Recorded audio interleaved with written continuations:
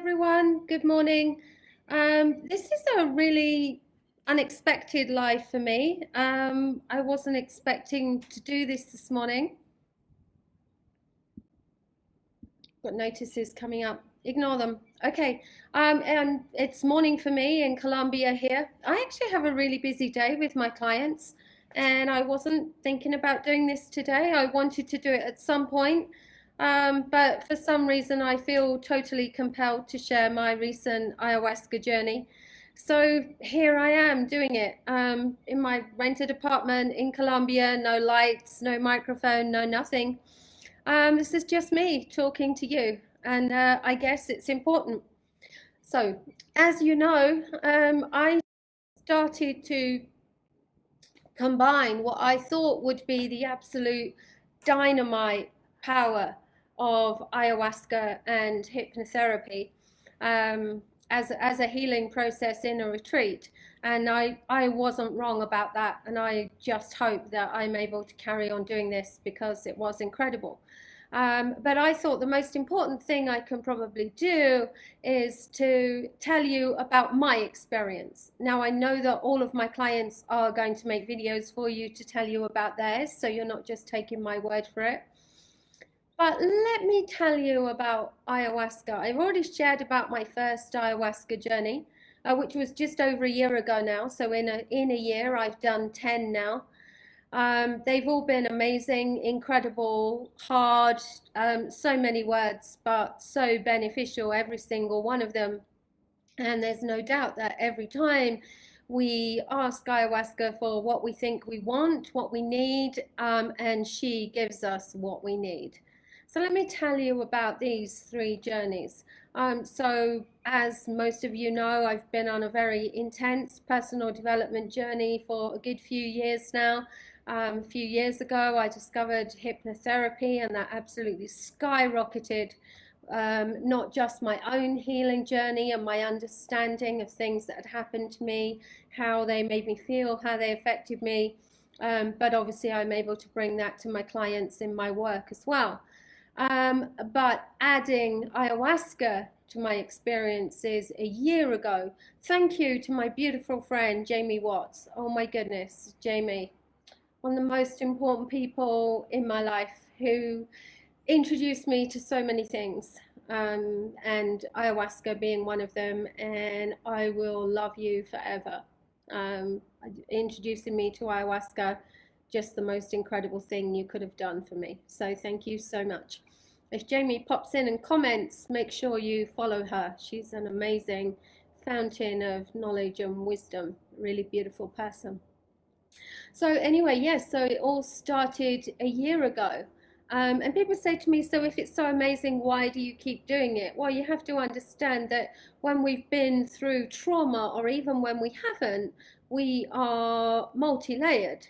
It's not a one stop, one fix for everything. And as we grow and as we realize things and as we expand and as we integrate, obviously different things come up for us. And our healing process, it takes time, and it unravels and it unrolls, even though we can do things to speed up the process. So that's why I keep doing the journeys, because things keep coming up for me.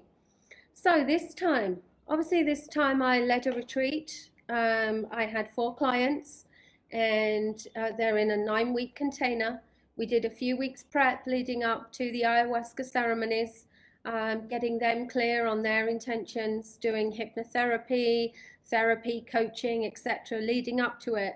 And the best thing about that was every single one of them was in a different place by the time we actually started our ayahuasca journeys, to the 4 weeks prior, just with the work that we did, and then with the few days that we had together at the beginning of the retreat as well. So it was amazing for me, the shifts and everything that happened there. That was fantastic. And it really validated for me as well my idea that it was important to bring these elements together, the hypnotherapy, the prep work with the ayahuasca. So that said, and that was my experience as well, because of all the work that I did very intensely with them. I was also doing my own work at the same time, and I also was different. Some things had shifted for me, which I shared with them as we went along, going in. So let's have a look. So 3 days of very intense, very painful, very enlightening, but very healing ayahuasca journeys. So the first day, so we had the ayahuasca drink. You drank ayahuasca. For me, this was different to when I'd done it in Peru. This was thicker. It smelt stronger. It tasted stronger.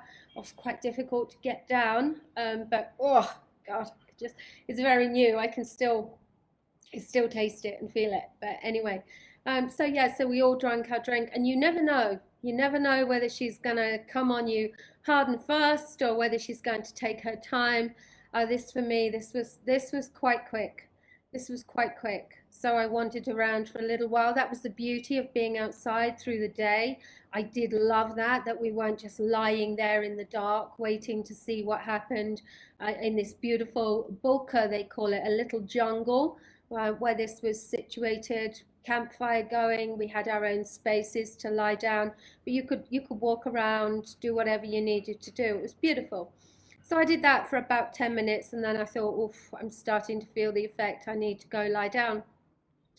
So I went and lied down, and I was I just lay there. For me, ayahuasca is always like, I always say to people, it's imagine walking with a really, really great friend, but a friend who knows exactly what you need. They won't take any nonsense from you, and they show you and tell you exactly what you need to hear.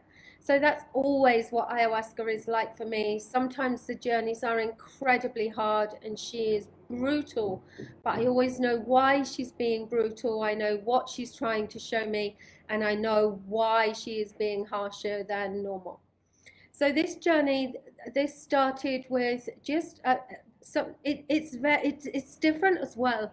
You know, sometimes things are very visual, sometimes they're just feelings, they're thoughts. For me, there's quite often waves of emotion, and for me, this one very definitely started with a wave of emotion that just came over me. Now, bearing in mind that I had gone in with two main intentions, and the main intentions I set, I kind of asked her, I said, what is in the way of me being exactly who I'm meant to be, and having the business I'm supposed to have, and serving people in the way I'm meant to serve? And then I also had become aware that I had this weird money story going on, a weird relationship with money.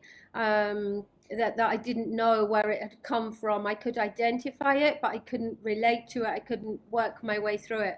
So those were my intentions. So that's what I'd asked her.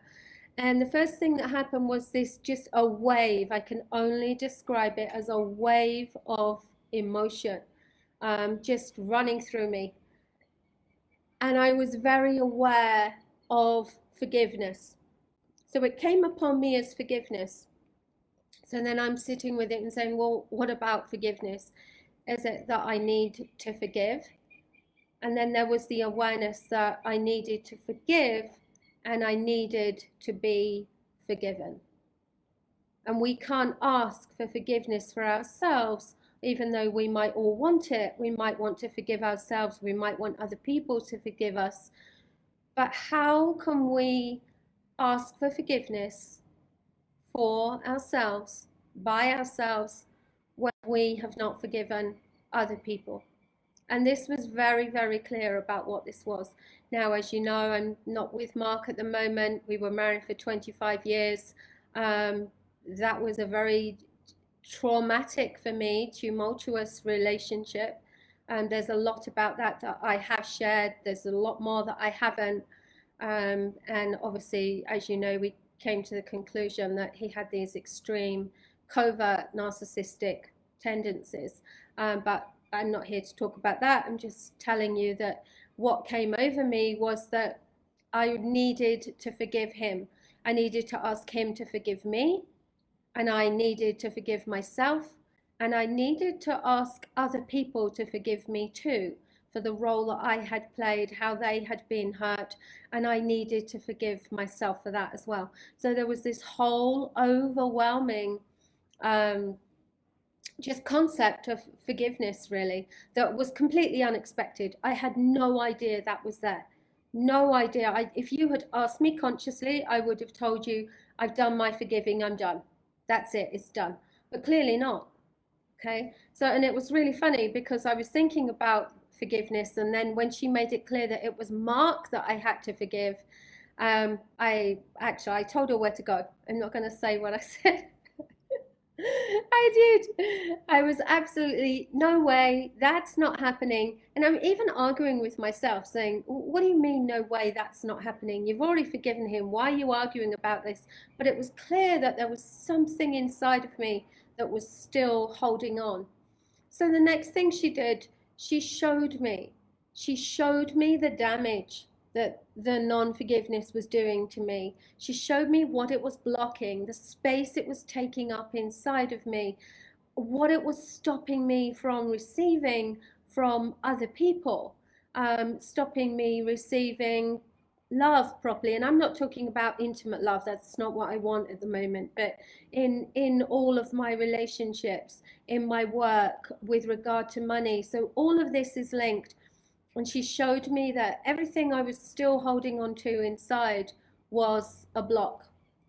And once she showed me, I was kind of like, okay, yeah, I get it. It's really hurting me, and it's taking up all this space, and I didn't even know that it was there. So, okay, yes, I agree. I will completely let it go. I will do it now, consider it done. And that's what I did. And I felt it leave. I felt it leave. And then here's the next thing. So this is what I'm saying about, it's like walking with a really great friend that just won't let you off the hook. So the next thing she said to me, she said, okay, for arguing, there's a penalty. And what do you mean there's a penalty for arguing? That's ridiculous. You have to remember this goes on over a period of time. I've put this into minutes, but you know, this was quite a while. I think this particular journey was short, but it still went on. The three components of it went on for a couple of hours. So so I said, what do you mean there's a penalty for arguing? And she said, you should know not to argue with me by now.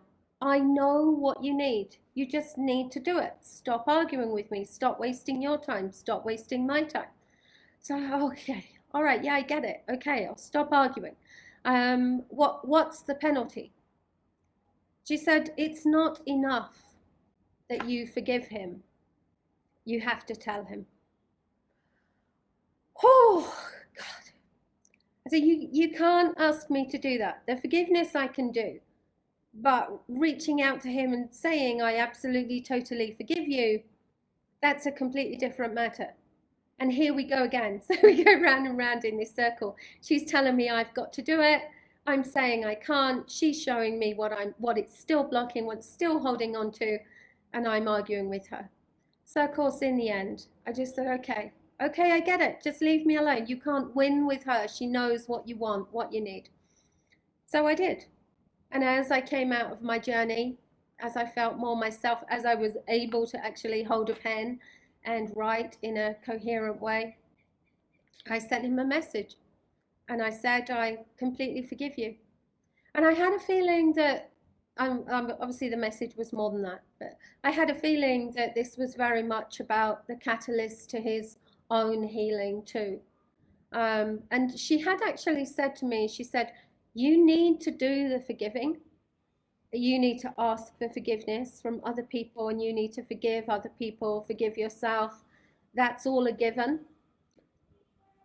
But you cannot expect anything from him in how he receives this. It's yours to give, it's yours to receive, but it's not up to you to dictate how he receives it.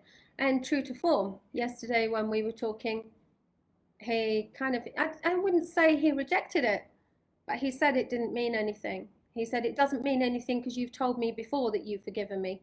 And I said, Yeah, but that was different. That was just in my conscious mind. This is different. This is in an ayahuasca journey, and it came up for a reason, and it was this, but no. He was like, okay, you've told me before, so this, as far as I'm concerned, isn't any different, doesn't mean any different. So she's very wise. She gives you what you need. So her telling me that meant that when he reacted in that way, I wasn't disappointed, I wasn't surprised or anything. So to save this video getting too long, I'm going to break it up into 3 parts. Okay, so that it's easier for people to watch later on. So I'm going to call that part 1, because that was day 1 of a 3-day journey.